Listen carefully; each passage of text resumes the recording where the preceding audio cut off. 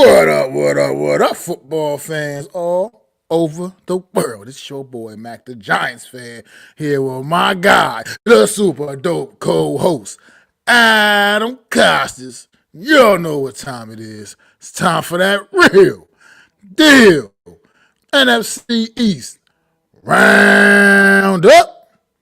Punch that intro.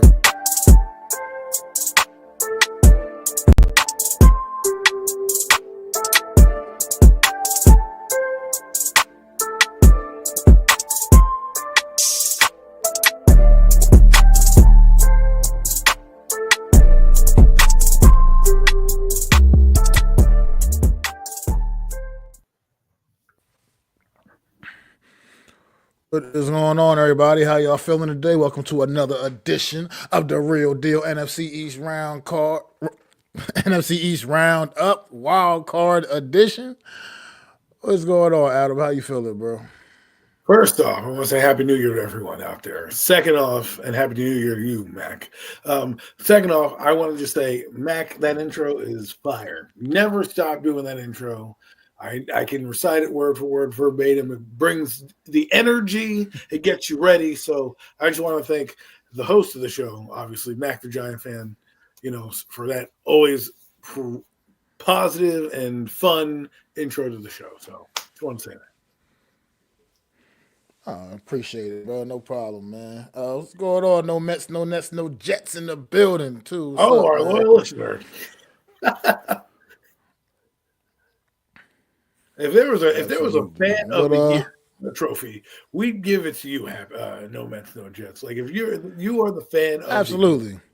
All right, you've been here since day one. Absolutely. I don't know, no matter what it was, how it do, whatever we were going through, you've been here. So hats off to you. Really appreciate the support. So fan of the year goes to no Mets, no Jets, no Nets.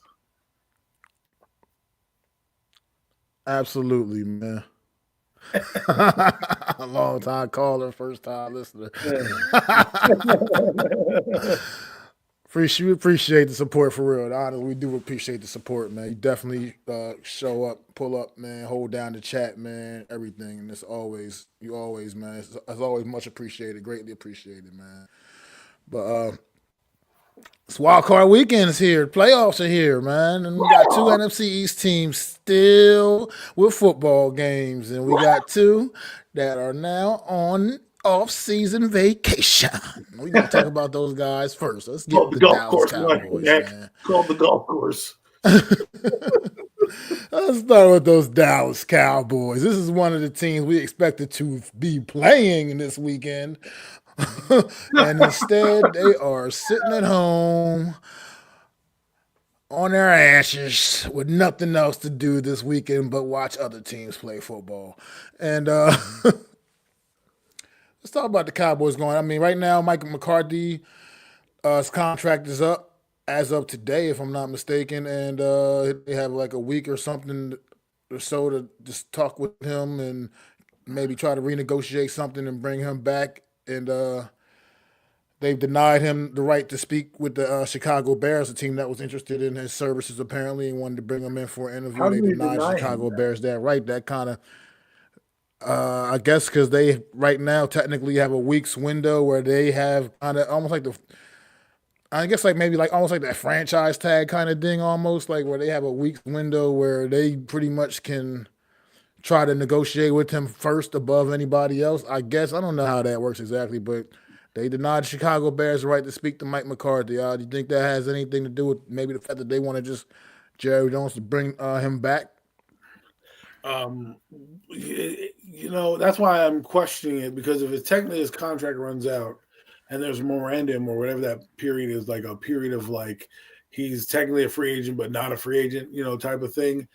Denying him might mean they want to keep him. Now, if I'm Mike McCarthy, what are you going to give me? I need job security, right? I need some type of not a one-year deal, because you can go to Chicago, restart with a new quarterback, solid defense, really work with a young guy. That's an opportunity. If I'm Mike McCarthy, maybe that's what I want.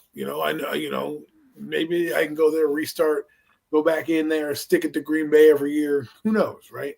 I don't know where his head's at. Did Mike McCarthy have a good year? He had some injuries, but it to me, Jerry Jones is a very open person. He doesn't do things that aren't calculated. So if he's denying Mike McCarthy to go to Chicago, it might mean that he's trying to bring him back. I mean, yeah, I just don't see any other reason why you wouldn't. I mean, allow him to at least go talk with the other team if you didn't have a strong interest in wanting to retain him. It just seems like with everything, the way things have been going, things stories circulate throughout the year, rumors fly. It just would have, I don't know. You would have thought maybe that there wasn't that strong of an interest in bringing him back. But I don't know. It's hard. You can't get into the mind of a guy like Jerry Jones. Jerry Jones he does things a different way. So I he think handles his business. maybe at the end of this week or whatever that little grace period is over, I think we might be seeing Mike McCarthy say, "Let me go test the waters," because you got to think like this: he was already getting calls for his job this year. Then you realize there's a lot of injuries. Is he on the same level as, like, let's say a Kyle Shanahan, where the guy's been to 2 Super Bowls? I know who he's been. I kind of know he's in the building. This is an unfortunate set of circumstances because of him. Mike McCarthy's job was on the line for many, many weeks. So to me, if you want to keep him, you better. If I'm Mike McCarthy, you're renewing me for 5 years. You can't fire me. I'm going to build something. Blah blah blah. All that. You make sure you get the job security that you want. Because he didn't. Let's be real. He didn't do a horrible job. I think he's been there 5 years, and 3 out of the 5 years he's had winning seasons. For his first year it was bad because Dak went down, but Dak was having the best year of his career that year. The second year he went to the playoffs, lost obviously. The next year they went to the playoffs on a bad year from Dak, and then they went to the playoffs last year, and then of course you had this year where things fell apart again. And part of it, the owner knows he didn't get him a running back. Zeke Elliott, and Dalvin Cook weren't the answer, even though they have Rico Dowd. Let's be real. He's more of probably second complimentary back, power back, change of pace back. They let all their backs go, right? And they didn't bring in the Derrick Henry, who basically changed the entire Baltimore Ravens outlook in offense, right? So who knows if Derrick Henry, who I don't know, I think he signed a 1-year deal with Baltimore. I don't know how many years. Maybe they revisit that. Maybe they go, look, we'll go out, get you Derrick Henry, get you one of the Aaron Jones of the Vikings is out there, right? They need to bring in somebody on the offense. They're going to have to build the offensive line. Like Mike McCarthy, I think is in the driver's seat, to be honest with you, because when's the last time Jerry Jones has ever negotiated with a coach like this? Yeah, man, I can't think. I definitely, certainly can't think of a time. And the strange part, I mean, this comment I'm gonna acknowledge is with no mess up on screen. I'm gonna play a little devil's advocate to it. I mean, this particular season though, I feel like even in the earlier part of the year before the Dak injury, I mean, the Cowboys were still a very up and down football team. They were still dropping games that they probably shouldn't Well, the have, defense was and there was bad. just something not right. And the defense was bad. The lack of a running game. I mean, Dak Prescott was playing pretty exceptional football for the most part. I mean, his usual, what he Yes. does. So to me, it was still something else that was a disconnect there with the team anyway. Even with or without Dak, even if Dak was out there, maybe I don't know. I just don't know how much different this season would have played out. Honestly, just based off of what we saw from the Cowboys, even while he was playing earlier in the year. But Well, let's look at it what their needs are for this year to think that what they really lack. Because you brought up a good point. They had no run game, which was clear hindered their offense in certain games. Right, their defense wasn't what we saw with Dan Quinn, you know, and there was a lot of injuries back there. So, what do you think they're going to do in free agency? I have a couple ideas, but what are some of your ideas that you think that the Cowboys are going to get better? Because I thought about this the other day. well, Go ahead. I think they really. No, I was going to say because the Cowboys, to me, I see a team where you look at these guys and they go down on the field. It looks good. I mean, the starters, other than like I said, offensively, lack of a running game. I mean, their offensive line starters, when their starters are healthy, it's a pretty solid group still. Obviously, we just mentioned Dak Prescott, still to me is a top quarterback in the league based off of what he can get out there and do, and what he's capable of. Wide receivers, CeeDee Lamb, Brandon Cooks. Yeah, the young guy that was emerging this year as well. The other guy, I can't remember his name offhand, but he made some splash plays this season, made a little bit of noise as well. That's not really the issue with the Cowboys. I think the issue with the Cowboys is they really was ruined by their depth. When guys started going down and things started, they just didn't have guys that could step in and like the Eagles and not miss a beat. Like it's just it's just a big fall off from Dak Prescott to Cooper Rush, from and then like Brandon Cooks was out for a good bit of the year. That allows defenses to really just zero in a lot more on CeeDee Lamb and try to slow his production down and things like that. I think so. They need to really a team that needs to really try to build their depth. And I was going to say yesterday, officially, I mean, I think it's no secret to anybody that the young man from Boise State, Genty, announced, made his announcement clear that he's going to declare for the NFL draft. I would think the Cowboys would be very aggressive in going after this young man. Probably in the first round is what it's going to have to take, because I don't think he's lasting much longer than that in the draft. And the Cowboys are probably sitting in the spot where they probably would have a shot to get him. I don't, teams don't necessarily value running backs in the draft process that highly anyway, and I think he'll be the most highly touted running back coming out by far. So I think the Cowboys could probably be very aggressive in trying to attain him come April in the draft. But that's just my thoughts on it, because that's definitely a glaring need for the Cowboys. But really, they need to really work on that depth. I mean, in general, just really build the depth up of the football team. Because when you look at their starters, I mean, offensively and for the most part defensively as well, they have a pretty good, solid group of guys there. It's just once guys get hurt, start going down, it's hard for the Cowboys to overcome. They proved that this season with the injuries that they had to deal with. Well, I agree with you on the Genty point. If they get a chance, they will be probably in that vicinity to draft him or one of the top running backs. I heard going into this draft is going to be a deep running back class. If you need a running back, this is the class you want to probably dip your toe in the water here. And I think what they'll do is they'll reshuffle the offensive line again, like they always do. I think they'll add another receiver outside of CeeDee Lamb, because even though Brandon Cooks was okay, he's probably better a slot receiver anyways. So, and I'm talking about a veteran receiver. I'm not, even though Tolbert and a lot of these guys still came through, they're going to probably need another weapon on the other side. I think they're going to add another tight end. That was the name I was looking for too. Thank you. Tolbert. That was the name I couldn't remember. I mean, Devontae Turpin is pretty good, little gadgety player. So you have a little gadget there. He's got some home run speed, so he can take a screen pass or end around or a little dump off, whatever, to house. But the Cowboys are an air it out type. McCarthy likes to air it out. You look at his offenses with Green Bay; they are very diverse. They had 3 receivers, a running back, decent offensive line, and a quarterback in number 4. Wink.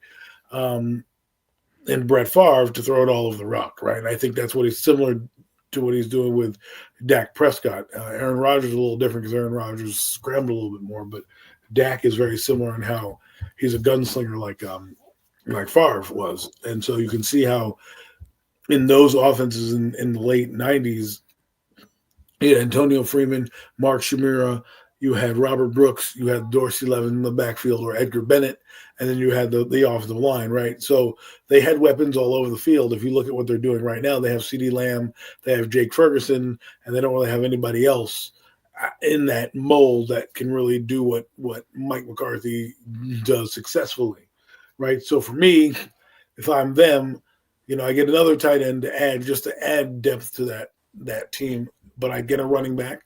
And Genty probably is a guy you want, or a guy that's a home run threat. I mean, Pollard had a pretty good year in Tennessee, but again, they moved on from him. I don't know why they didn't use Dalvin Cook this year. That guy must be washed up, but I think they'll go for it big time this year. I think that's if they don't get one in free agency, which I don't, unless it's Derrick Henry on the market. I don't know, who they're going to get. And we can always see there is Aaron Jones, like I said.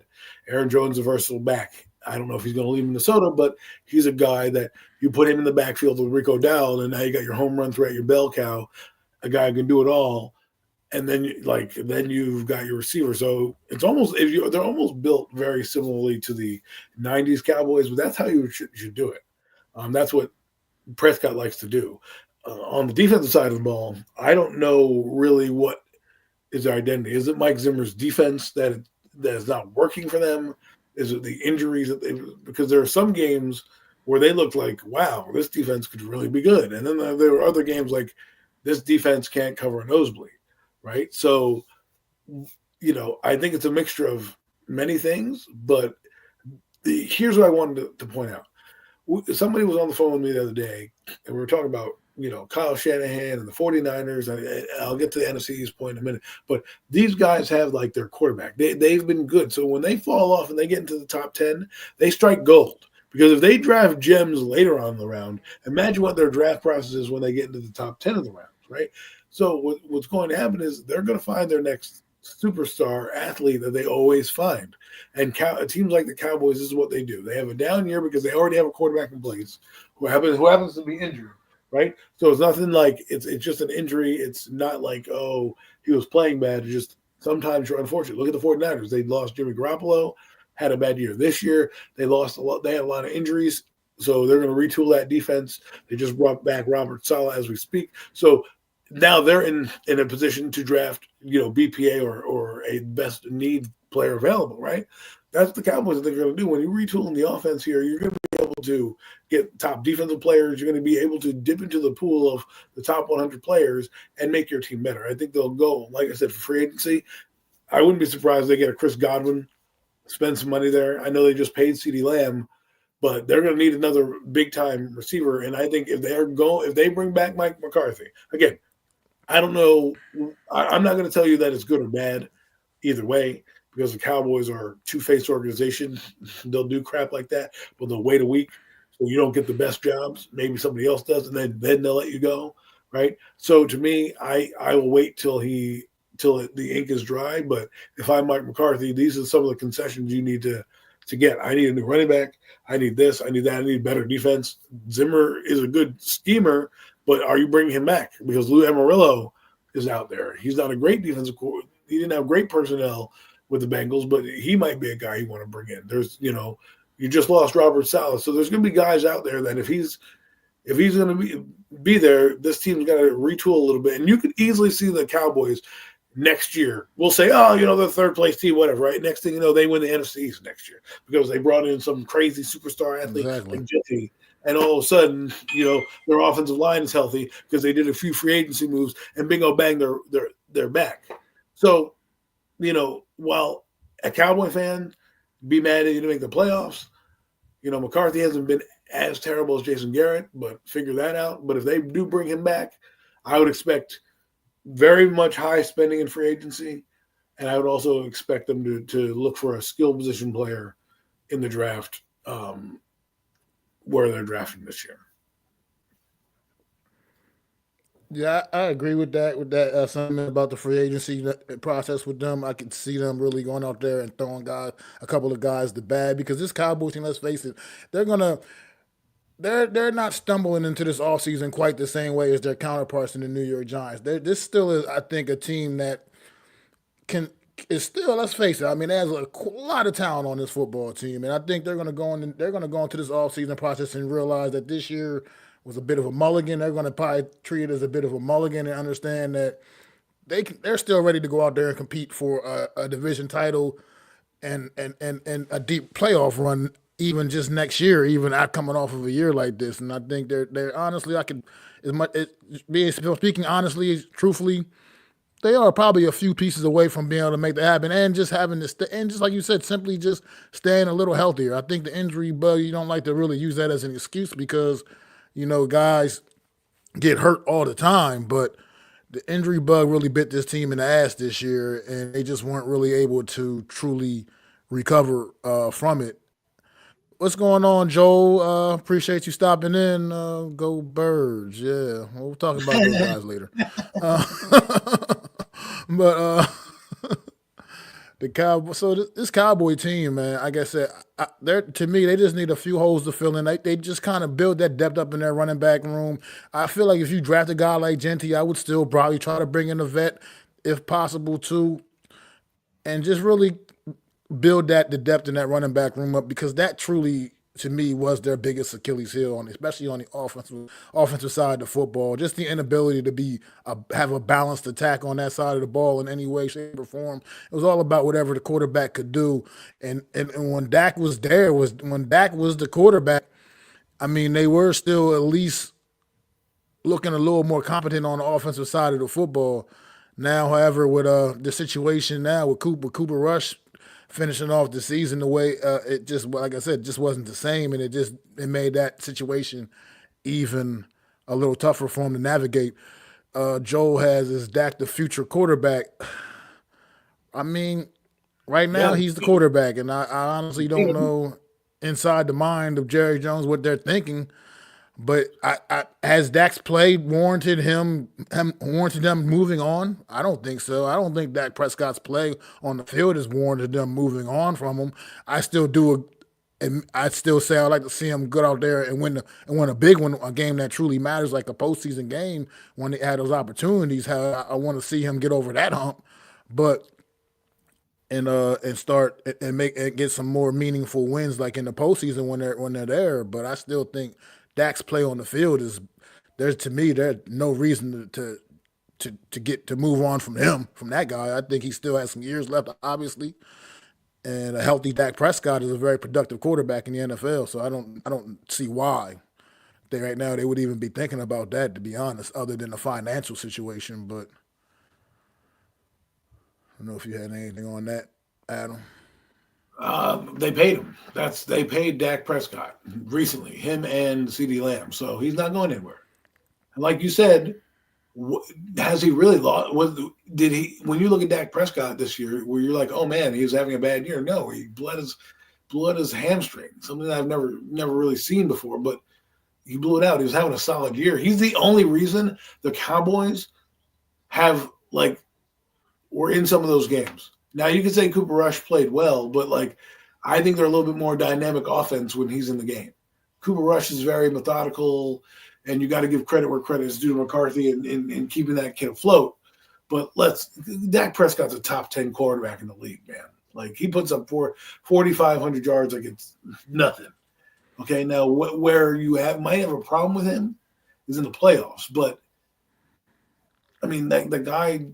I'm sorry, you paid him money. You paid him a lot of money for the results that you've gotten with Dak Prescott. Dak Prescott's been a winner for the Cowboys for years. And here's what we talk about again, where is a guy a winner because he gets the playoffs? The playoffs aren't guaranteed every year, right? So when you get them, you got to make the most of them. But in the same vein, you also have to look at what happened. Did he play well enough to win some of these games? Yeah, but did the defense against Green Bay last year completely look lost as if Dan Quinn didn't care because he wasn't coming back? Yeah, that's what it looked like. Had they made some stops on Green Bay, maybe their quarterback can get out of the 2 interception funk and work his way back in the game as he did. But at that point, it was too late for the Cowboys because they couldn't stop anything. So, in a couple years before that, they lost to a 49er team that was pretty good, right? That went on to represent in the Super Bowl, I do believe, right? So, or at least they were until they went to the Eagle game. Not the Eagle game, but so. Anyways, yeah, that's all I got on Dak Prescott. I mean, if you want me to answer this question, I mean, candidly, I think that Dak Prescott's a better pure Yes. quarterback than Jalen Hurts. I think he is. I mean, Jalen Hurts is good. I'm not gonna. He's not a scrub by no means. I'm not even remotely saying that. But I just think when it comes to pure quarterback play, I think Dak Prescott is a better pure quarterback. I think Jalen Hurts is slightly a product of his environment, being in a great situation for a guy like him, and he's made the most of it. And I won't knock him for that. But I just think when it comes down to pure quarterback play and arm talent and all of that stuff, granted, obviously we know Jalen Hurts is gonna outdo Dak with the legs, but pure quarterback play, like just like a pop being in the pocket and everything else, and reading the defenses and everything you need your quarterbacks to do, I think Dak Prescott's a little better at the position. Just my opinion. I mean, not that, like I said, Jalen Hurts is still. I mean, he's good. He's definitely a top quarterback as well in the league. I mean, you're not going to knock that. I just think, you asked a question, and I just think I just feel like Dak's a little better. What is pure quarterback play? I mean, I thought I just kind of said it. I mean, just what a quarterback is. I mean, yes, well, I know we're used to this new age hybrid kind of guys now that move around, but you know what I mean. When I'm speaking of quarterback, I'm talking about just all the things. But oh, okay, you acknowledge that I answered it, but yeah. Appreciate you stopping in though, Joe. No doubt. If you are new to the channel, man, please hit that thumbs up and make sure you and make sure you subscribe, bro. I really appreciate it.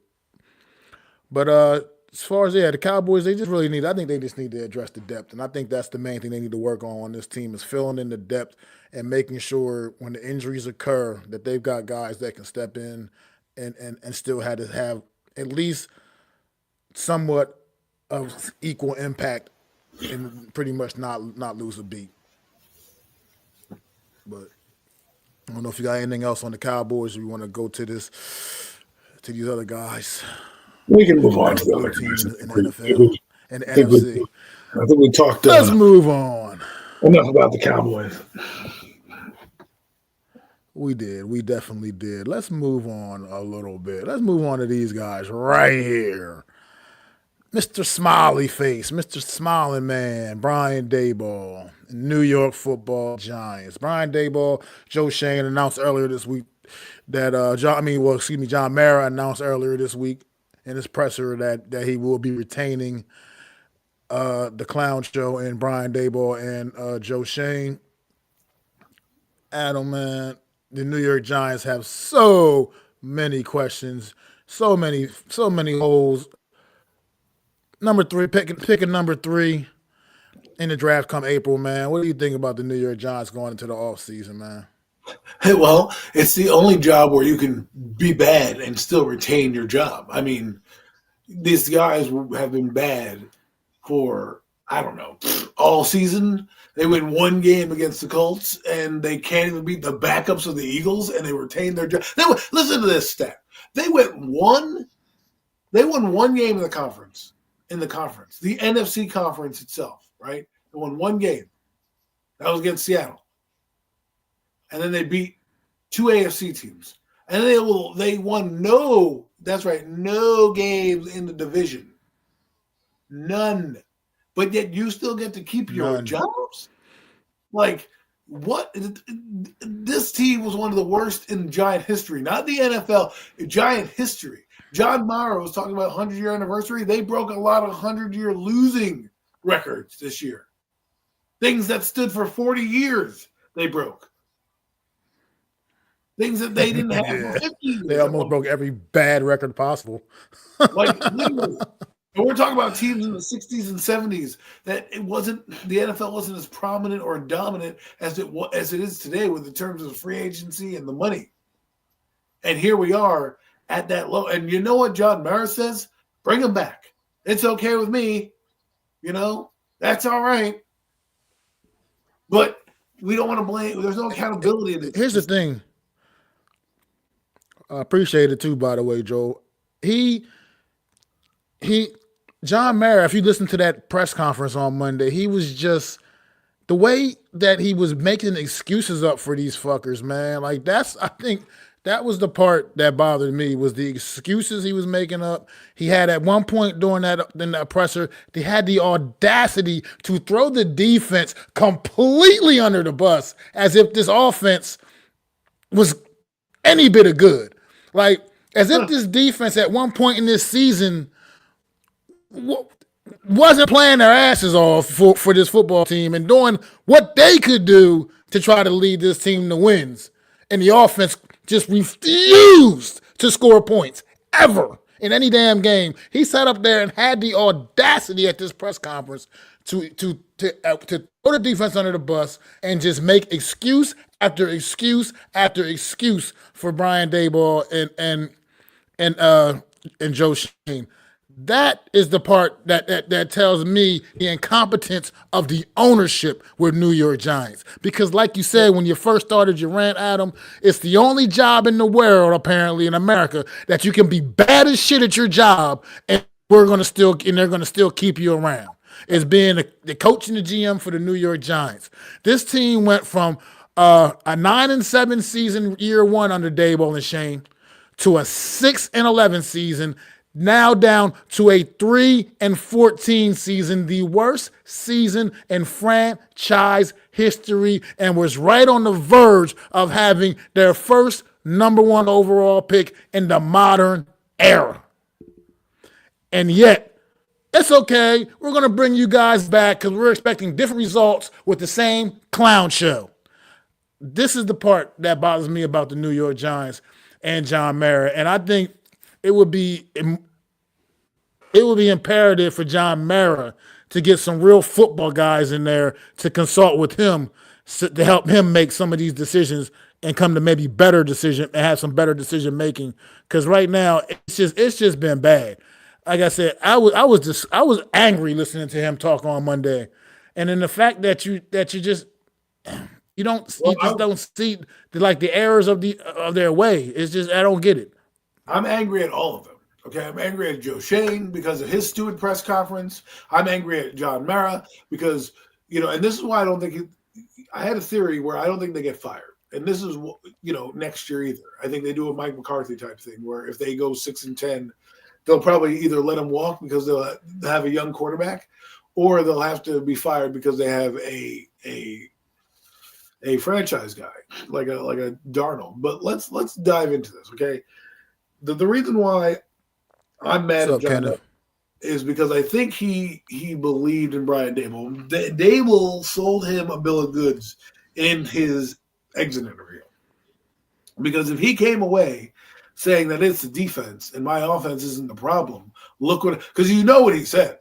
He said, look what I did with Daniel in Seattle. Look what I did with this and this. If they stop him here, they stop him there, we get the ball back. Look what I did with the Cowboys. We were in these games. Like, that's probably what he sold him, and he blamed the defense for not making the crucial stop when needed, because that's the only explanation I can give you. Now, I didn't like Bowen's defense. I thought it was a bad defense, but to blame him solely of the problems and not the coach who was brought in to fix your offense, okay, to fix your offense. I mean, the whole point about bringing Brian Daboll is he's the working quarterbacks, blah, blah, blah. Okay, well, great.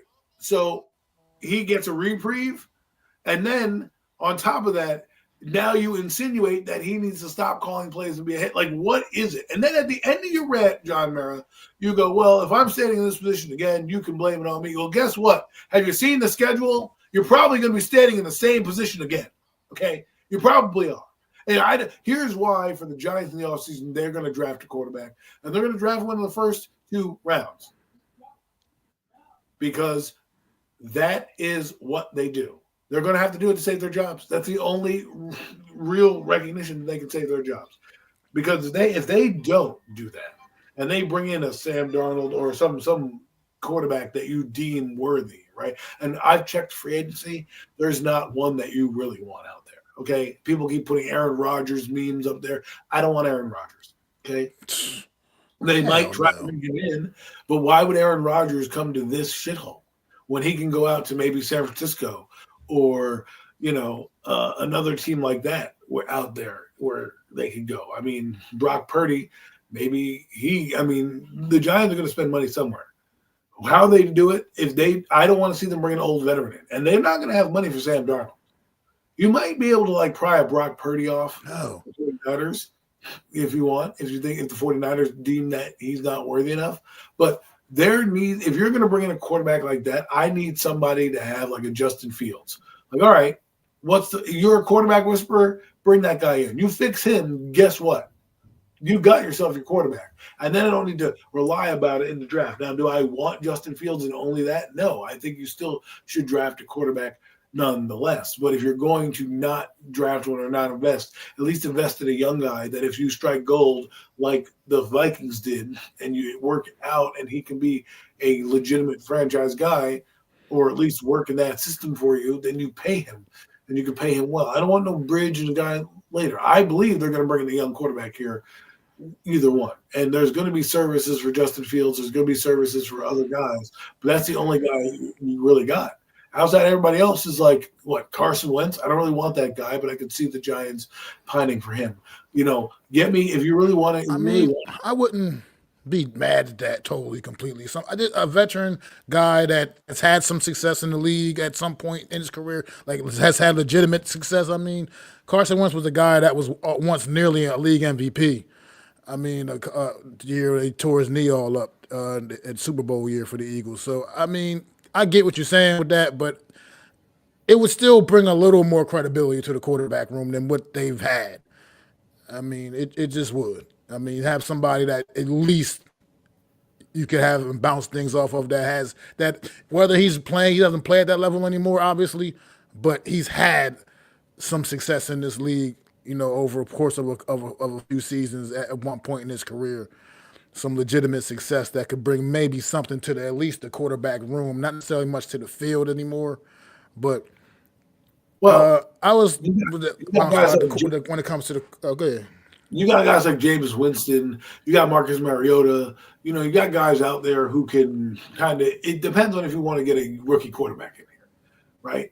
If you get Justin Fields, I still think you draft a quarterback in the first or second round to compete because you don't know if that guy, you're not paying Justin Fields a long-term contract. You're giving him maybe $8 or $9 million guaranteed. If he works out, great. If he doesn't, he's on to the next team, right? And you have your guy back there. Justin Fields doesn't stop you. Jameis Winston, again, these guys don't stop you from drafting a quarterback. You're right. What you want is you want a professional in there. That's what you want, a professional, right? That's what I was getting at. Yeah, something like that. How about an idea like this? Because I think the Giants definitely. To me, it's a no-brainer that at least, however you get them, acquire them. I think 2 quarterbacks need to come in to this team at the very least on this all-season process. Whether you draft 2. Or whether you acquire a veteran in free agency, and you still, like you said, you still absolutely cannot. It doesn't almost matter who you acquire via free agency. Like you said, that cannot stop you from still drafting a young guy as well. But I'm also wouldn't be opposed if they did, for instance, like the Patriots did last year, like Washington did some years ago. Draft 2 quarterbacks. If you get one, say you can still get one of the guys. Say you can still get Cam Ward or Shedeur Sanders or whatever with the 3rd pick overall in the draft. I still think maybe later on in the draft, 4th or 5th round, 3rd, 4th, 5th, whatever. You know what I mean? Maybe get another guy too, just to kind of cover your bases. How do you feel about potentially doing something like that? I think you're absolutely right. You do that. I think no matter what is happening to me, whether you bring in a veteran, you're drafting a guy here. And you're going to use a relatively high pick, first, second, at the bare minimum, a 3rd round pick on him. Right? If you get to I believe Jalen Milroe is going to move up the board, but let's just use him for argument's sake. He comes in at the 2nd round, then you get Justin Fields in here. You draft Jalen Milroe, and then maybe you bring in a veteran to help out, like a Carson Wentz or a Marcus Mariota, right? And then you have three guys in the room, right? So I think that you mentioned one team. You mentioned the Commanders, right? They brought in 3 quarterbacks, right? They brought in 3 quarterbacks. They drafted 2. Sam Hartman, remember they drafted him in the 6th round. They got Jaden Daniels, and then they brought in Marcus Mariota. Right, and then the Patriots you mentioned, they brought in 3 quarterbacks as well. They brought in Jacoby Brissett, the guy you're kind of talking about, alluding to. Then they got Drake May at 3, and then they got Joe Milton in the 6th round. So I think the Giants, they are going to do something along the line. Everyone keeps saying, what the Vikings did, where they draft a quarterback or something like that. I think they're going to do something along those lines where they're going to draft a guy. And then, like, to me, the thing is this: if you get a quarterback in here, then you can take a chance on a Milroe, right? If you get a guy in here, because then you don't need to worry about Milroe starting right away. You could draft that guy at 3 if you want. Say, we love his ability to run. We think that he can fit our system well. We can work on things with him, and then you have quarterbacks that are very similar in Fields, in Mariota, and guys like that, where they can help learn and bounce off each other. To me, I think the Giants, it sucks that they didn't pick a quarterback last year, but I don't want to hear about kicking the can down the road next year, because we do that too god dang much. Okay, we really do. We're like, oh, well, next year this guy will come out and then we'll get here. And then the Giants win 6 games at a happenstance because they don't like to tank, right? What makes you think they're going to tank next year if they can't even tank this year? They can't even tank this year, right? And you want me to believe they're going to go do it again next year?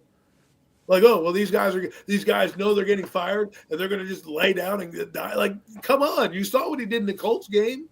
You don't think he's going to do it again? And be like, oh, fuck you. You're not getting the first round pick. Like, that's exactly what the Giants do. And John Mara's mantra is not to tank.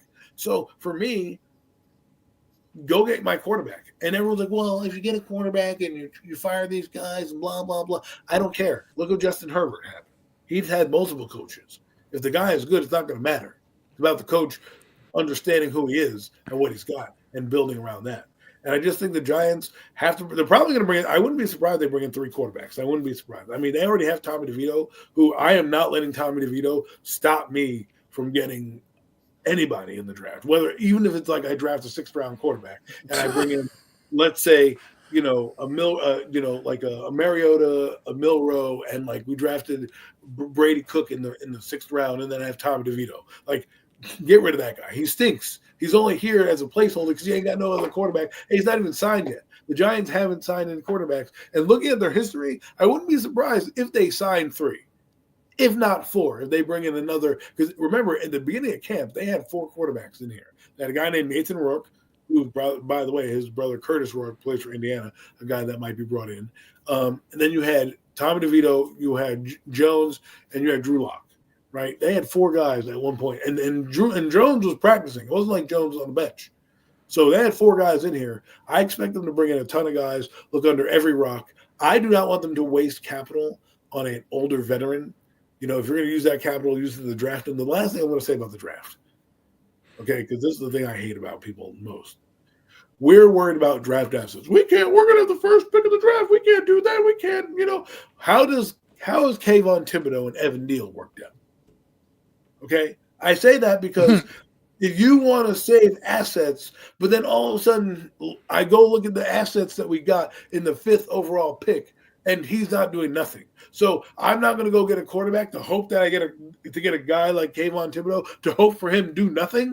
Are we insane right now? Like, you take the capital that you got and you go get that goddamn quarterback, and that's it. And if you happen to hit on him, you're not going to worry that you gave up a 1st or 2 first-round picks. You're going to be like, dang, man, we're about to go get some Lombardis. Buckle up. We're about to get back in the playoffs. Buckle up, and be in a long run. No, that's what I'm talking about. I don't want to hear that. Because if I have to hear about, oh, we're going to give up a pick and we're going to be a first-round pick, well, look at Evan Neal and Kayvon Thibodeau. How are they working out? Evan Neal may not even be on the team next year, and Kayvon Thibodeau hasn't lived up to the 5th overall pick. And those guys were picked in the top 10. So you want me to save an asset so I can bust out with those 2 guys? Give me a break. Just go get your quarterback. And if shit happens and you fail, you go get another one in 2027. I mean, be nice. Be nice, no mess, no net. Be nice, bro. Be nice. But here's the thing, man. I think quarterback is the key, and people keep trying to downplay it, and they keep trying to. But quarterback is the key, man. Like, it has to start there. And if you're not talking about cementing that position, then I don't know what else we're talking about here, man. Like, at the end of the day, even go back up to this one comment, no Mets, no Nets question, slight question comment. Said you bring in Fields, what do we do with the 3rd pick? Well, if Shador Sanders or Cam Ward is still sitting there at the 3rd pick, I'm still grabbing one of them whether we bought Justin Fields in or not already. I'll tell you that right now. Exactly. That's happening anyway. regardless. Because you got to think like Regardless, this. you know what I mean? That's not going to make me waver. Justin Fields hasn't shown me that he's going to turn it around, right? So I'm bringing in Justin Fields because I need a starting caliber quarterback in the league. And if he's still kind of on the what we say with Daniel Jones, he's still young enough. He's still young enough to kind of maybe break out of some habits, and that works twofold for you. One, if he hits, good for you. Now you're in the playoffs or whatever. But if he asks for an astronomical amount of money, I already have my guy in the back, right? I don't need you anymore. Or if you don't believe in Shador, now you can keep Fields. Like there's so many positives to do it, but the one negative to do it is if you bring in Justin Fields, then you bring in nobody, or you bring in Justin Fields and you bring in Brady Cook, and then we're back to the same thing. Then what happens next year in 2026 draft when everyone talks themselves out of the top quarterback because the kid from Tennessee had a down year, or the kid from whatever college has a down year because half their team leaves, right? Same thing happened to Carson Beck. Same thing that happened to Carson Beck happened to Sam Howell. He was going in, leading in the nation, going to be a top pick, blah, blah, blah. Then all his team leaves, all his receiving core leaves. He hits a down year, and now he's going to be picked in the 5th round, right, or 4th round. And now that the injury probably even lower than that. But these guys go in as consensus top picks. So next year, there's a guy in the college football playoffs we're probably going to talk about tomorrow named Drew Aller. If Drew Aller goes on a heater and ends up winning the Natty, it would behoove him to come out now than to wait till next year. What do you need to accomplish? You've done the national title. You will be a top 10 pick guaranteed, top 5 pick probably guaranteed, and you don't need to worry about it. Instead, what happens if you go back next year and all your guys are plucked off that Penn State team and you don't have the same team and your numbers dip? Now your value goes down. Now you're transferring schools, which is, it's a win-win for them. But if you're going to be a top 10 pick now, strike while the iron's hot. So many things are going to go into this offseason. They need to come away with a quarterback at the end of the day. I think, and if the quarterback stinks this year, guess what? Maybe you'll be in position to take another one next year. And then that's what you do. You can't be afraid to redraft the position. That's what I hate what people do, is they go, oh, man, we can't do it. If this guy shows promise, let's say you bring in a Shador or Milrow or a Ward, who I happen to like a lot, and they play and you have a lost season, you put them in the back half of the season saying, you know what, let's see if we got the last 8 weeks, as you should, a rookie quarterback drafted that high if you're not making the playoffs, as you should get some games under his belt to see what you got. Look at what Atlanta did. Atlanta, they had Michael Penix. They took a chance. If he had stunk, you could draft another quarterback next year. You'll still have Penix, and you're at the rookie deal where you're not hurting yourself financially to draft another quarterback. See, years ago, Sam Bradford. I don't know if you guys remember Sam Bradford, but he was the last guy that got paid for doing nothing. Okay, he came in 2010 before that bargaining agreement. He got paid mad money. And the Rams were stuck with him for 5 years regardless and had to pay him through all his injuries. And then they had the collective bargaining agreement where they're like, we have a rookie wage scale. And that wage scale allows you to be like, you know what, this quarterback stinks, punt, go on to the next one. So there you go. I know there's a fight going on in the chat between No Mets and Joel, but that's what the friendly banter of the NFC East brings to you. No Mets is still there. We don't want Kenny Pickett. Get out of here. Kid Tibbs for Pickett. Yeah, we definitely don't. And I had completely given up on Thibodeau to that extent. not to that extent. I'm not happy with what I've seen so far. But imagine he goes to the Eagles, right? Goes to the Eagles, we get freaking Kenny Stinkins, right? He goes off and becomes an all-pro defensive outside linebacker for the Eagles. We'll never live that fuck down, right? We'll just go, we traded for Kenny Pickett. You guys said he was the most important position on the field, and you traded for him, and blah, blah, blah. Like, no, man. Like, give me at least, I would rather give me Tanner McKee, because at least that guy's better than Kenny Pickett. Like, if I'm going to get back the better of the two bad. Tibbs for McKee. Let's do it right now. I'm good with that right now. I'm gonna respectfully pass on that offer.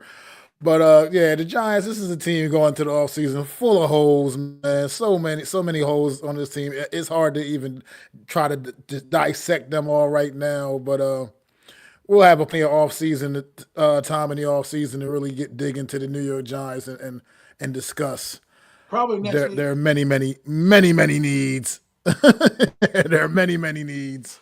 Yeah, we'll do a little more next week, but we're just. I think it's about time we get ready to move on from the New York Giants as well, man. We'll talk about your Let's birds talk right about now. some teams that Jesus, actually Joel. My God. that are actually still playing. Let's talk about some teams that are actually still playing, and two teams in the NFC East indeed do have football games this weekend on Sunday. The Philadelphia Eagles will be hosting the who the hell they playing? Oh, the Green Bay Packers. Yeah, I'm sorry, the Green Bay Packers Week 1 rematch from the great game down in Brazil in Week 1. We called it. This We time, said this week could make this the game will playoffs. be at the link, so we shouldn't be hearing any complaints about the field or anything like that. You can mark green. This go around, and you'll be able to wear all your green, as much green as you want to this one, man. But Eagles Green Bay wild card round. This is a great matchup. I think personally, it's not the most ideal matchup for the Eagles in round one. I would, but how do you see this one potentially playing out, man? I think it'll be a great game Sunday afternoon, though. Actually, I think this is the best matchup for them. Personally, I think they've had some success against Green Bay. They played them. They're totally a different team than they were in Week 1. But both teams were. But you got a quarterback in Jordan Love who's coming in a little banged up. The knee injury hasn't. They lost Christian Watkins in the last game of the year. So you got a wounded animal coming in with the Green Bay Packers. They're probably going to lean heavily on Jacobs, but people forget how good the good rankings of the Eagles defense are. Like they're number one in a lot of the categories, runs overall defense. So and that was on display last week against the Giants backups. They still were able to, kind of navigate. The Giants didn't help themselves, but again, the Eagles were able to. Their backups were able to shut down the offense. So I think it's going to be a good game. I really do. I think the one thing that was concerning me, I was talking to Eagle fan a couple hours ago, is exactly. Is Jalen Hurts going to be rusty? That's my only thing, because if Jalen Hurts throws a couple turnovers, like he did in the game against Green Bay early on, and they don't get off to the start they need, what will happen? But I think Kellen Moore is going to be a difference maker. And why I mean that is I don't think he's going to put Hurts in harm's way. You got 26 back there for a reason. He ran for 2,000 all-purpose yards and 2,000 rushing yards, but obviously scrimmage yards. He had a ton of those too. Put the ball in that guy's hands. All right, the Packers aren't the greatest run-stuffing team in the world. Your offensive line can take advantage of their defensive line. The Eagles should just give a heavy dose to Barkley. Short passes with Jalen Hurts. Let him get eased in the game and let him, get knock the rust off, so to speak. Because, again, we talk about this all the time. When you have a good team, not everybody can contribute to the win. They have to contribute in other ways, right? So if you don't use the passing game this week because you're relying heavily on Barkley as you ease in Jalen Hurts, then, hey, there may be situations where you're going to need to use him. But my point is, if you can win the game without having to rely on him, Jalen Hurts might help you in the NFC Championship game when you get there, when you might actually have to throw because they're going to stop your run game. So if I'm the Eagles, the only thing that worries me is just Jalen Hurts and getting his sea legs. Remember, he hasn't played football for about 3 weeks at least. So if he can do that, we can see. I mean, I hear you there, and the rush part with Jalen Hurts. I'm not sure if I'm worried too much about that concern, because I feel like if this Giants game, had any meaning to it, he probably would have been good. I think he would have been good to go out there and play in that football game as well. So I mean, I'm sure he's been, working himself up. At this point in the year, he knows what it takes to be prepared for a football game. But my thing with this matchup with the Eagles and Green Bay is, even though, like you said, they are both two very different teams than they were Week 1, way back in the beginning of the year. But I think a lot of us watching that game, even though with the Herculean effort of Saquon Barkley in that football game, if it hadn't have been for the late injury in that game to Jordan Love, the Green Bay Packers may have been able to take care of the Philadelphia Eagles Week 1. And part of what I was saying about the matchup for the Eagles to me ideally is because this is a team, Green Bay, that that you're right. They're not necessarily the greatest run stuffing team. They're not going to necessarily shut the team's run game down so much. They haven't really proven to be all about that life. But they are opportunistic in the secondary. Well, I mean, with Xavier McKinney had a huge year for them, a great free to pick up. By way of the New York Giants, by the way, another guy that Joe Shane didn't want to entertain Great job, Joe paying. Shane. But that's another whole story, another whole different story of a different day. But I also think because Green Bay has an ability, they have an ability to score points in bunches as well offensively. So they can put the points up on the board in bunches, when necessary. They can put some drives together. Jordan Love will make the big throws down the field. And I know coming in this one, Christian Watson is a no factor now with the injury he sustained a week ago. But I just think this is the type of team that's going to come in and have the ability to go blow for blow with the Philadelphia Eagles, and it could come down to who has that ball in their hand last, Jordan Love or Jalen Hurts, man. And I think I agree. One thing I definitely agree with you. What you said for sure is if the Eagles are smart, and they've proven to be a fairly smart team the way they go about their business, they would feed number 26 early and feed him often, and really just really rely on him to carry them across that finish line. This is what they brought Saquon Barkley in for. Is for this moment, for in the postseason, and they need to let him be their guy. Even though all the great immense amount of talent they have around them, they need to allow Saquon Barkley to be that guy and carry that load. And I think if they do that, they could have some serious success on Sunday. But I think this is going to be a great wild card game, man. I think these two teams are going to put on a show, man, and it's going to be an entertaining game to watch, man. Well, we'll see. I mean, Jordan Love's a bit banged up, and the Packers have had some ups and downs late in the season. So if they come in and they're flawless, yeah, I believe there's a chance. But I also believe this is where you see the Eagles defense kind of rise up a bit and play a little bit better defense. I don't think they're going to put Jordan Love. If I'm Vic Fangio, you saw that Jordan Love's kind of banged up and cumbersome with that leg injury, right? He also got knocked out of the game, and they had Malik Willis come into the game, right? So Jordan Love's been banged up pretty much all year. If I'm Vic Fangio, I'm blitzing the crap out of him and making him feel it, making him feel the rush, because if he's really not healthy, because I'm old school. So if people want to play and they have injuries, well, then I'm going to say, well, let's see how much that injury really works, right? Like let's see how much he can move around. I'm bringing the house. And if he beats me, okay, fine. He beats me. But if he doesn't, and I have an advantage, I'm just going to keep putting him under siege. And that's what I think the Eagles are going to do. They're going to get him in 3rd and long. They're going to blitz him, with no viable threat on the offense with Christian Watkins gone. I think they can employ their DBs, who are pretty good, to cover these guys. I think it's going to be an interesting matchup. I think this is a better matchup for the Eagles. I would not have wanted to play the the Commanders if I were the Eagles, just because of familiarity, things like that. Save that for a later date. I agree with that. But Green Bay, to me, coming off their, like I said, you watched them. Jordan Love didn't play the last game. He got injured, right? He hurt his thumb or something like that. And then Malik Willis went in the game, and he got hit, and he was knocked out for a few. So they're coming in banged up. And again, Jordan Love hasn't been the same since he got the knee injury. He's put up some numbers, but he hasn't been that Jordan Love that carved him up at the beginning of the year. And I think that's what you're going to need to do defensively to kind of test him out. And it's not bad if he's playing. You're not trying to be dirty. You're just trying to say, hey, man, how well is that knee? Is he going to outrun us? Let's go find out. Let's go find out. Well, yeah, I mean, I definitely agree. And one thing I also agree with is like this Philadelphia Eagle defense in particular is definitely a better unit than it was week 1.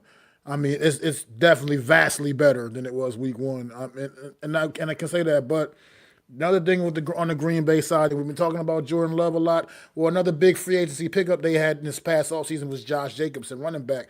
Josh Jacobs came in and started off, it was a little, slow in the beginning of the year, but it's picked up as of late. His production has definitely increased as the season's gone on. You know what I mean? And it's he's becoming more. He's become been big road grader for the Packers, getting in the end zone. Just kind of been he's been a terror in the red zone as of late for the Packers. And I just think he's also the guy that could be primed to have a big impact on the outcome of this football game as well. If the Eagles aren't necessarily on their P's and Q's defensively, which they look like a team that probably will be. Let's face it. The Eagles. I mean, I can't really say a lot of bad things about this team, even though I really wish I could and want to. I just can't. And by the way, I want to say what up to my guy Alex in the chat. Appreciate you stopping in, my dude, man. Most definitely appreciate you. But yeah, I can't. I just can't. I don't know. I just think, like I said, I think this game has a lot of.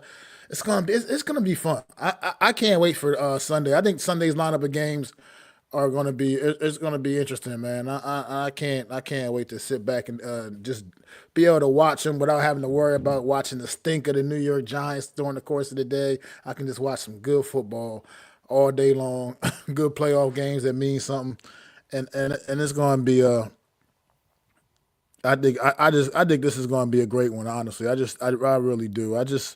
I love this matchup, but I don't know. I can see it going either way. I truly can see this one going either way. I don't necessarily think it's that much head and above like that no brainer. The Eagles win this game. I think it could literally go either way. As we saw the Packers, like we saw a year ago. Now, granted, they're not as quite as healthy, but they can turn it on come playoff times. I mean, you saw what they did in their opportunity last season ago in the postseason. I think they can kind of recreate some of that same, some of that same energy and possibly go on the road and potentially steal one. But I'm not sure if I'm going that way yet. But Adam, which way you leaning with this one, man? I'm going to go with the Eagles.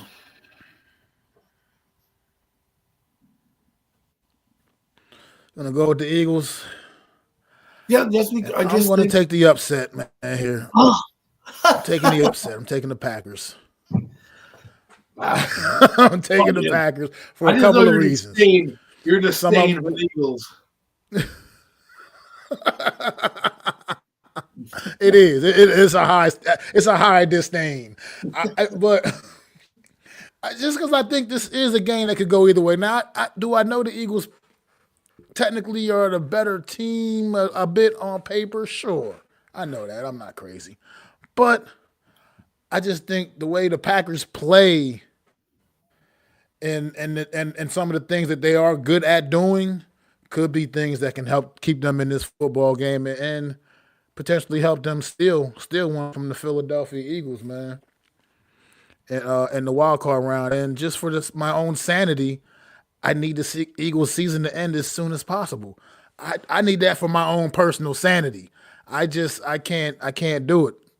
I'm not going to be able to take the more the Eagles advance further. Eagles advance in the postseason. It's going to get ridiculous in my world. I can't. That's not a world I want to live in for the next few weeks. It's just not. I'm sorry. So let's go ahead and take care of business this week, Pack, and get them out of there. And I ain't got to worry about that no more. But that's really all. I mean, that's all. I mean, it's all. I understand how good the Eagles are, but like I said, it's for me personally. Listen, folks. I wouldn't be surprised when we preview the next game that he picks the other team from the NFC East to advance in the next round. I'm just throwing it out there. I'm just saying. We have to get to that part. We're about to get there. We'll find out right now. But yeah, I mean, look, like I said, this should be a dandy on Sunday, man. The Eagles coming back full. I mean, also, we didn't talk about Dallas Goedert, who did play a little bit in the game on Sunday, just getting his feet wet again because he had been out for the last about almost a month of the season or so. So, I mean, they've got their full – they're back. They got their full they do have their full unit, man, offensive, and it's just definitely a hard unit to deal with, that Eagles offense, man. I mean, all across the board, from their offensive line to their backfield to their wide receivers, and they got their starting tight end back in the lineup as well. So, yeah, I'm gonna still go with the Pack though, just because that's what I hope happens. So I'm gonna go with hope on this pick here, and and hope. Thanks, Joel. Thanks for hanging out with us, man. Appreciate you stopping in, man. No doubt, indeed. We do this every Wednesday, man. So come on and hang out, man. Anytime you're welcome. Every Wednesday at 5:30 p.m. But let's get to this. Let's get to the other squad, man. It has a game Sunday night football, man. The Washington Commanders going on the road to somewhere they've been before too. In week one as well. Tampa going down to Tampa Bay, take on the Buccaneers week one, man. And this game also, once again, the tale of two teams that are completely different than they were in week one of this regular season, man. And how do you feel about this one, Adam? What you think about this matchup Sunday night football down in Tampa? I think it's going to be a barn burner. Funny how we get matchups from week one. If you look at the Eagles Packer game we spoke about a few minutes ago, we thought that would be a preview maybe of the NFC Championship game, right, or a playoff game, but nonetheless, right? Well, Commanders Tampa Bay, we didn't think that was going to be a playoff game. When we sat here after week one, after the Commanders got beat, headed down Giant Alley, after the Giants got railroaded by Minnesota, another team we didn't expect to be where they are, we were like, we'll beat them. They scored. The Buccaneers look good. They went to the playoffs last year. We expected the Bucs to make the playoffs. We did not expect the Commanders to be there. So now those two teams are on different spectrums right now, I believe. While I do believe Tampa Bay is going to put up points, I do think the Commanders have a real chance to win this game. I do. And here are some reasons why. I think they're a better team than they were when they first came and met Tampa Bay. Story time with Adam. I think they were young. They were trying to find their sea legs. Their defense is very better than it was then, and I just think they believe that they can win these close games. And the Buccaneers defense, let's really talk about that. It hasn't been great. They've had their moments, but they've also had moments where they haven't been good. If Tampa Bay were going to Philadelphia, I think they might, or vice versa, I think they might have a shot because they played that team well. I as much as I want to pick Tampa Bay to win because I like Baker Mayfield, and it will be fun to see them win. I don't want it for the show. I'd rather see the Commanders win for the show. Show purposes, I want to see them win, but Tampa Bay purposes, I could see them win, but. I have to go with my gut. My gut is leaning towards Commanders because I think they're going to look at that film that they saw and they're going to say, listen, we got to do two things with the Buccaneers right now. We've got to stop the run and we've got to score points. And the Commanders have done that. And they've played some gritty games down the stretch where their defense come alive. I think they're going to come alive offensively in this game. I do. And I think they're going to make Tampa Bay's life miserable. If I'm Tampa Bay, I did not want to draw this card. I know that, we talk about the Commanders and all this stuff. This is the card I did not want to draw. I don't care. I know Minnesota, whatever it was, is a draw, but I'd rather have had Green Bay because the Green Bay, like I said to you, is coming in limping. They offensively, you might be able to jump on them because of that. But with this team, with Jaden Daniels and the way he's playing and how they're looking offensively and what they've done to turn around the defense, Tampa Bay might be in trouble. They're getting some guys back, Vita Vea, the other guys on defense. But the Bucs offense hasn't been as spectacular as it's been all year, right?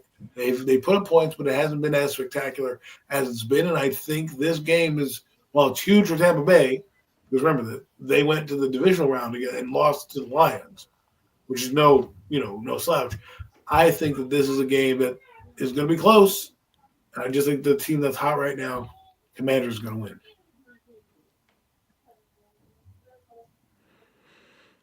Great stuff, man. Great points there. Here's the thing with this. Week one, way back in week one, there was a young man on the Washington Commanders who was playing his very first NFL football game. And he has come such a long way from there.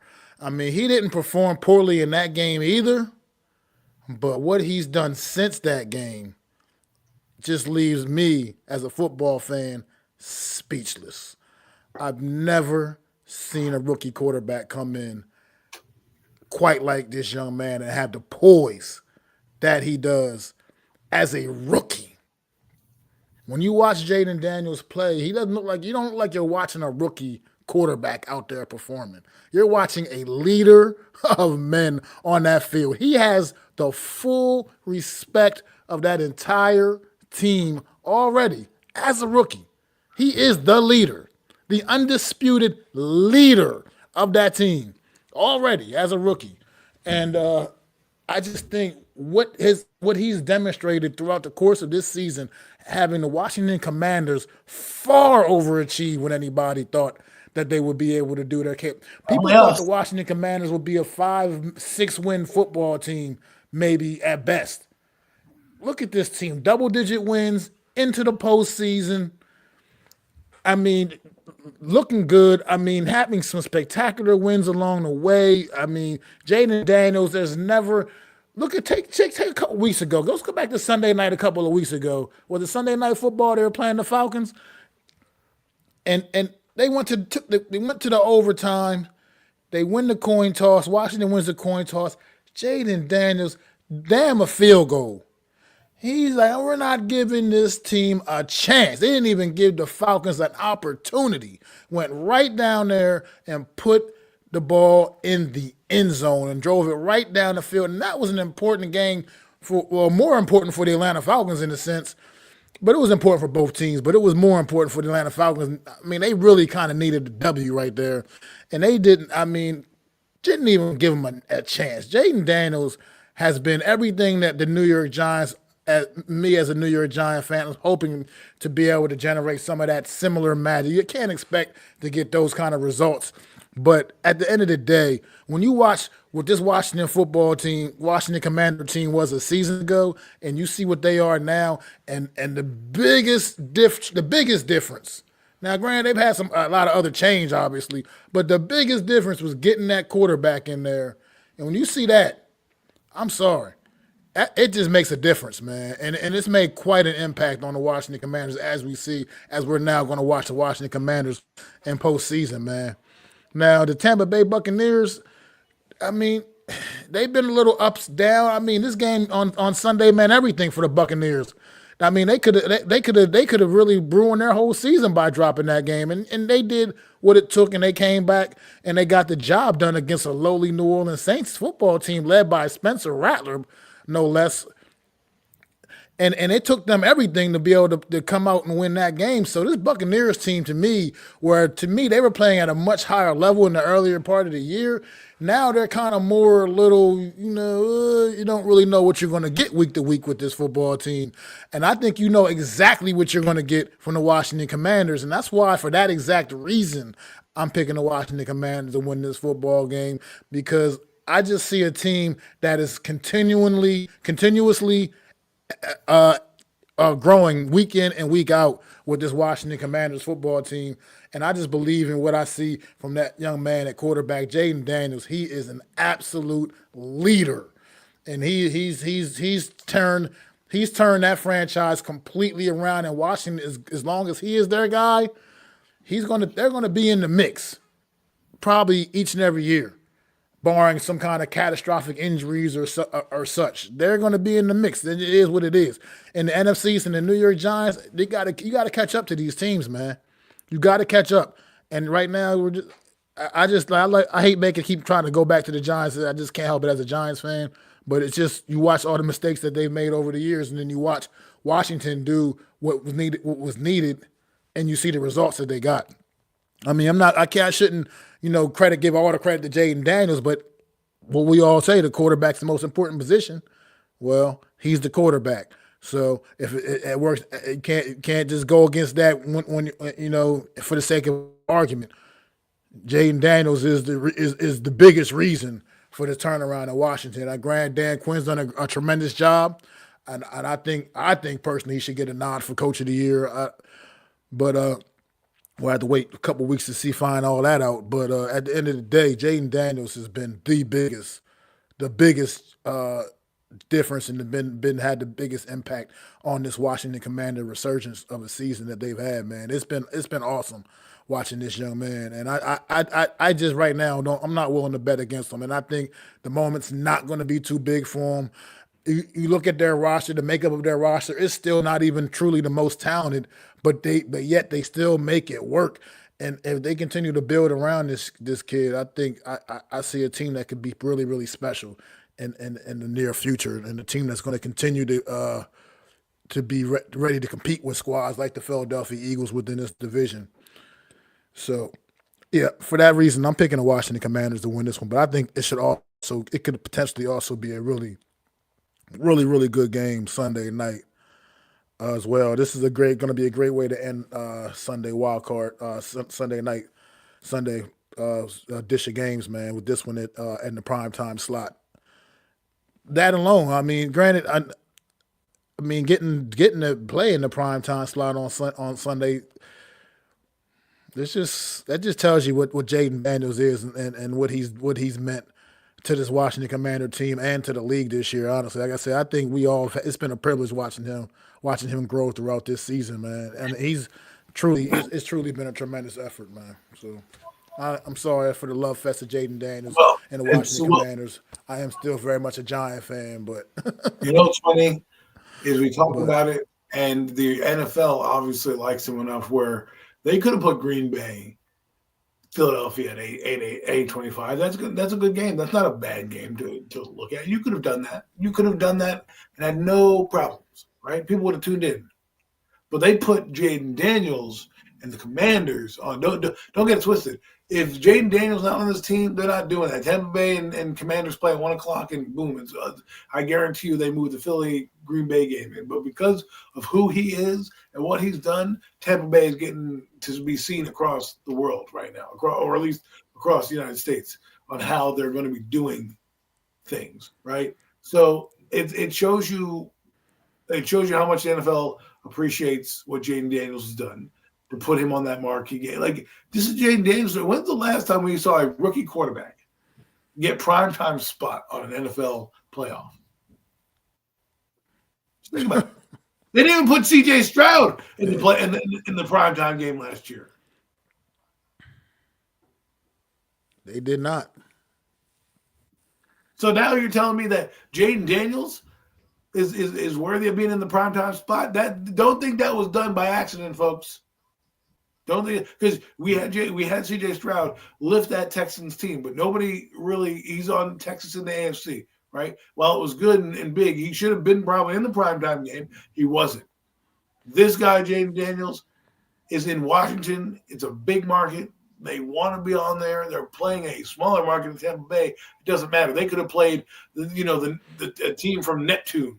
They could have played Iowa State. They would have been still in the marquee matchup. I'm just saying, right? Because of who Jaden Daniels is. Not that C.J. Stroud isn't, but think about it. And Texas is probably bigger. Houston's probably bigger than Washington in the state of Texas. I don't know the ramifications, but Houston's a big city. It's significantly bigger. Houston is the 4th largest city in the country. Right. So they didn't even put that game in prime time. I just do. They don't prime time, right? They weren't in prime time last year. Here is Washington, D.C., the Commanders. I'm just saying, if you don't think the NFL likes the NFC East being prominent, especially like a team like Washington, after all they've been through with their ownership, this is not a game where they're like, oh, you know what? They're putting the game that everybody's going to sit down on their couch on Sunday night to watch. They want to see what Jaden Daniels does. They want to see if the Cinderella story comes to an end. They want to find out. That's what they want to do. And is it as compelling as C.J. Stroud? I don't know. I think C.J. Stroud had a good rookie year, and you could honestly put him on there. But the NFL did this on purpose, and I know they did, because I like Green Bay and Philadelphia. I think that's going to be a good matchup of two teams who've earned the right to be on primetime. But yet we have the Commanders. So I just wanted to make that point clear to the folks out there that you're going to be watching a rookie on national TV might, win a playoff game in front of you. And a guy who's on a heater right now in the NFL, in terms of probably going to win Rookie of the Year, if he goes on to win a playoff game, I definitely don't want to hear about it for the next decade like we did with Daniel Jones, but at least, his legacy will continue to grow. And, Washington will have something to be excited about. And let's not forget they're doing this with a team that's not even ready yet. Their team is overachieving the X's and O's to this guy, right? Imagine if they get a wide receiver to complement Terry McLaurin, right? Because that's what they really need right now. Mm-hmm. Imagine if they bolster that depth of the offensive line. They get more defensive help over there. They have Lattimore. Let's hope like next year he comes back healthy. You draft another corner. Maybe you bring in a guy. They have money to spend on the free agency. This Washington team next year is going to be trying to fight for the division title next year. That will be their goal. With whatever happens with this playoff run. Shit, they fought for it this year. They fought for it this year. I mean, that's the beauty of this team, Adam. No, like you just said, they got their quarterback. You know what I mean? They got their quarterback. So now it's time to tune everything, to polish everything else up. Like you said, get a complimentary receiver to Terry McLaurin. Get the depth on the O-line that they need. Bolster the defense. They can really dig in and focus on those things. And another thing is because you have Jaden Daniels at quarterback, a guy that is respected and other guys believe in, now you're a more attractive spot for free agents. Free agents are going to want to be a part of what you got going on in Washington. They're going to want to come there and be a part of that. So I think they're just in a really good spot right now. Yeah. I think going forward for their franchise, man. They could turn this around. We could be looking at we see the Eagles win, right? You know how the NFC changes hands every year? Well, I wouldn't be surprised if we see the Commanders be as good as the Eagles and be as good as them and raise the bar and get to the NFC East championship NFC championship game, right? That's where the trajectory that they're headed on and the path they're headed on. They may not get there with Dan Quinn. Things could happen. But when you have a quarterback that's this good, that can elevate everything, you can now strategize differently. Their hopes and dreams in year 2 were not what you were expecting, right? Now, if they keep doing and have the foresight, unlike the Giants, to keep rebuilding in the draft and getting the best player available and not saying we're going to just put this free agents on there, right? And once you're done doing that, right, because you can't fill every hole, but you're going to have to get 1-year guys and guys who may not be here long. You're going to want to build that team. If you look at a lot of the good teams across the NFL, what do they got? They got guys that come in and can plug the hole that they need to, like the Eagles. Everybody on that offensive line. People were laughing at me about the Eagles. I said the Eagles offensive line is going to dominate the Giants this week against their backups. They're like, well, you don't know what you're talking about their back. I said they would. Why? Because that team is 13-3, or 13-4, excuse me. The mindset changes when you're on teams like that. The mindset changes when you go from just trying to be a playoff team to now we're going to be a championship team. Now everybody's buying in. Now you're not going to be late for meetings. Now you're not going to be this. I don't want to disappoint that guy, right? Because look how hard he's working. Look at the results. Look at what we're doing. We want to be great. Right, like Max said, guys are going to call up like, how do I get there? They may even take less money, to be honest with you, to go play with Washington when they could come to the Giants or something like that and play. But they're like, you know what? I don't want to go to the Giants in that muck up of a situation where I'm probably going to lose. The coaches are on shaky ground and everything going on there, when I can go to a team that's the talk of the town right now, that is the flavor of the month, that is at every party. Everything you're talking about is Commanders this, Commanders that, jersey sales going up. Like this, they're going to ride the wave. This is almost like what they had with RG3. Now, we don't want the same fate to happen with RG3 that happened with Jaden Daniels, and fingers crossed that does it. That changed the trajectory of that franchise as well. But if all things being equal and being healthy, this is why he's there.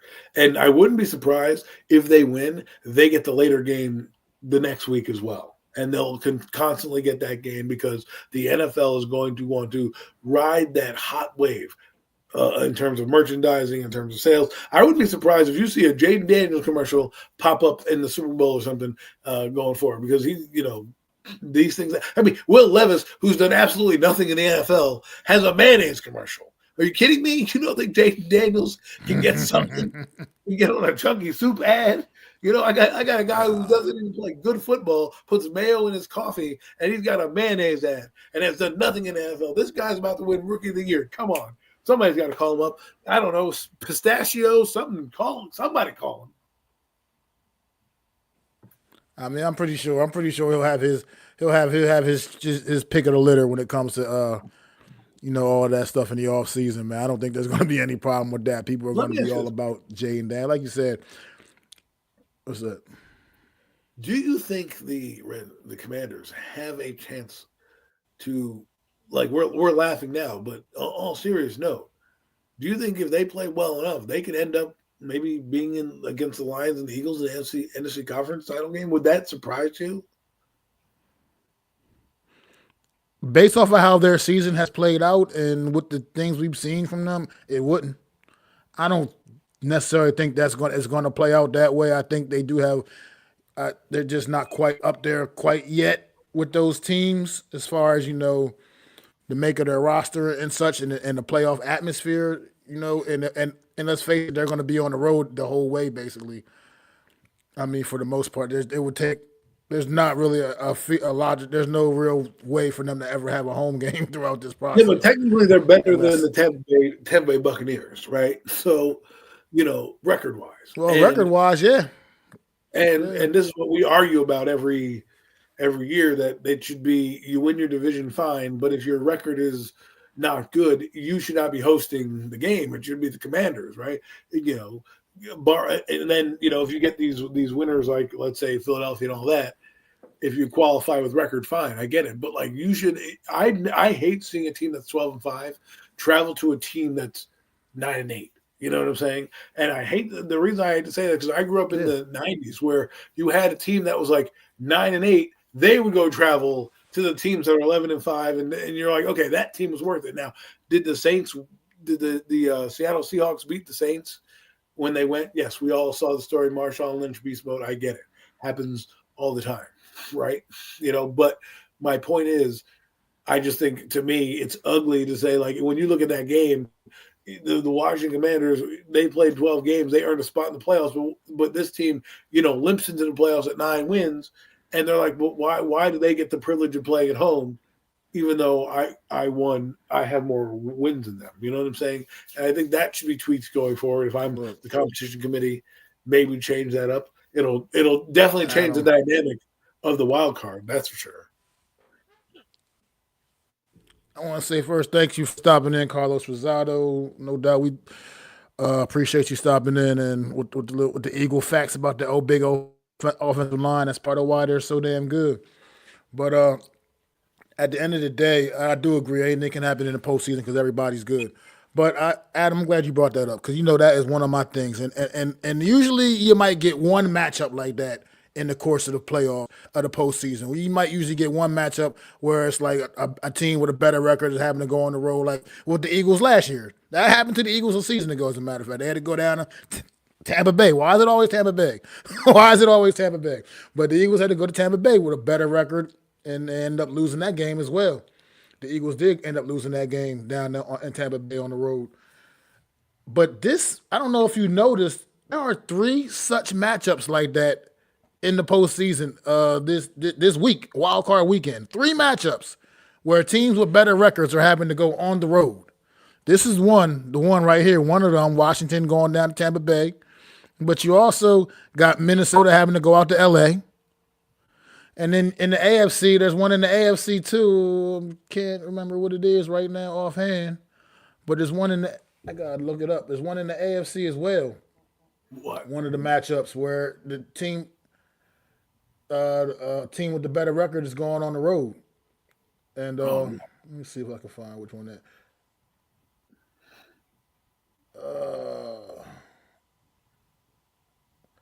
Which one? Oh, the Chargers. The Chargers having to go down to Houston on Saturday. So it's like 3 matchups like that where the team with the better record is having to go on the road. Like I said, I'm all for not taking the value of winning your division completely off the table. You win your division, you're guaranteed a spot in the postseason.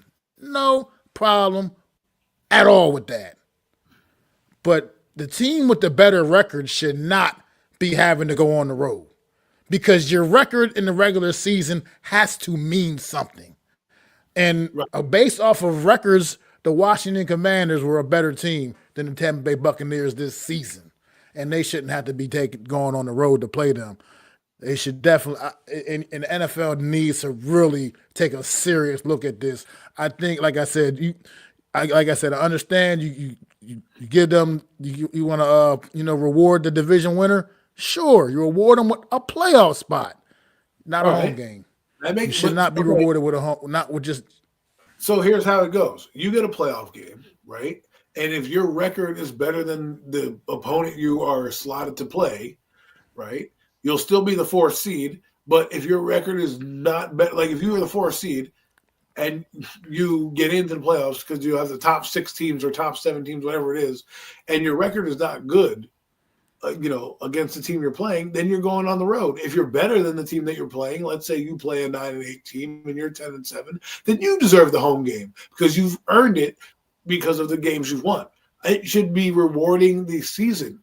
Look at the Lions. They're rewarded with home field advantage throughout the playoffs. Okay, home field. The Minnesota Vikings are going to a team right now that has less wins than them. Okay, they're going on the road. They're 14-2. Okay, they're going to the Rams, who are 10-6, 10-7. 14-2 or 14-3, whatever their record is, right? Going on the road. Why is that fair? I mean, granted, the Rams won the division. Okay, so you win the division, and out of the division teams, it doesn't matter what seed you are. You just get into the playoffs. Your record will determine your seeding. So if you have 10 wins, you're number 6. It should be that you're guaranteed a playoff spot. But hey, you might have to play on the road because your record is not good. We do it with tiebreakers. If the let's just hypothetically say the Detroit Lions and the Vikings ended up with the same record. Well, because the Vikings have a tiebreaker here, and here, they get the number 1 seed. But yet, if the Commanders win and they're 12-5, but they have to go to a 9-8 team to defend themselves, what does that matter? Why does it matter in one scenario where 2 teams end up with the same record, and because of tiebreaker, you put them in there, right? They win the division, and then this other team goes and plays in the 6th seed. Like, I get it. I understand it. You had that format. But the whole point of the playoffs and your record is to be the best team in football, right? So if the Eagles are 2, then it should go like this. It should be probably Detroit, Minnesota, Eagles. Then I would say, I guess it would be the Green Bay Packers, then the Rams, and then you'd have the Buccaneers. I might be missing a team, but that's how I would do it. Excuse me, the Commanders, then the Green Bay Packers, then the Rams, then the Tampa Bay Buccaneers. That's how it should be. That's how it should fall, right? Like, okay, you won the division, the Rams, you're in the playoffs automatically. We don't know what seed you are yet because we have to see where all the records fall, right? And for all we know, Yeah, exactly. Actually, an example of that is the college basketball, March Madness. That's a great example. March Madness, they have all those conference tournaments at the end of the season, and yeah, you win your conference tournament, you get automatic bids, you get to go to the dance. You ain't guaranteed no first round. You ain't guaranteed a high seed or first round bye or anything like that. You've just been guaranteed an opportunity to participate in the tournament. That's what it's all about. And I just, like you said, to me, it's kind of just it's stupid to me the way the seeding process works. Like I said, you win a division, you got a spot. You don't necessarily get a home game. That's just not, to me. That's just not the way it should be. But right now, that's how it is, and we are at that 90-minute mark. Just want to pass it a little bit. But you got anything else you want to say before we get out of here, Adam? We're going to ride with you as long as these teams are in the playoffs. So stick around. Absolutely. So as long as the Eagles and Commanders are still playing football, me and Adam going to be right here delivering this content to y'all each and every Wednesday, man. We come up with some off-season stuff here and there too, man, but it's just not on a weekly basis because the off-season can have its little quiet moments. There's just not a lot to talk about at certain points in the off-season. But Well, yeah, there definitely will be this year. We can do shows on the Giants alone every damn week. I mean, with the offseason they're gonna have. But but yeah, we appreciate everybody in the chat, man. It's been a great show, you guys. Definitely appreciate the support. Love how y'all kept the chat active. Always keep that going for us, man. We definitely appreciate it, man. And I'm Mac the Giants fan. This is my guy Adam Costas, man. Make sure y'all sub up, like, support the streams on my channel, on Adam's channel, and on at the Hardcore Sports Network, man. Make sure help all these channels grow. We really appreciate it. All the links are in the chat. I mean, all the links are in the description. Excuse me. So we definitely appreciate it, man. And like I said, I am Mac the Giants fan. This is my guy, the super dope co-host, Adam Costas. And we'll see y'all next Wednesday. I'd like to thank you all for listening. If you was feeling this, please take time to subscribe and smack them likes. Feel free to drop a comment. Let me know what you think. Don't forget to ring that bell so you know when I'm dropping new content.